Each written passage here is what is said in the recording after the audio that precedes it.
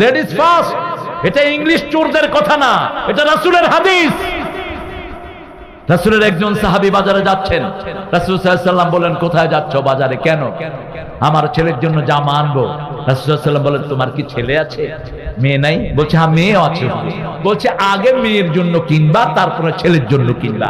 আগে মেয়ের হাতে দিবা, তারপরে ছেলের হাতে দিবা। ও গো মা, তুমি এ ধরনের শ্রেষ্ঠ নেয়ামত, তোমারই পদ তলে রয়েছে জান্নাত। আবার মায়ের পেটে যেখানে বাচ্চারা থাকে, এটার নাম কি? এটার নাম কি? রেহেম। এটার নাম কি? রেহেম। রেহেম থেকে রহমান, রেহেম থেকে কি? রহমান। রাসূল বলছেন যে রেহেমের সম্পর্ক জোড়া লাগায়, রহমান তার সাথে রহমতের সম্পর্ক জোড়া লাগাবেন। আর যে রেহেমের সম্পর্ক কেটে ফেলে, আপনার জমিন আপনার ভাই খেয়েছে, ভাইয়ের সাথে কথা বলেন না, আপনি রেহেমের সম্পর্ক কাটলেন। হাসান হোসাইনের মধ্যে একদিন কথা বন্ধ হলো, একদিন যায়, দুই দিন যায়, তৃতীয় দিন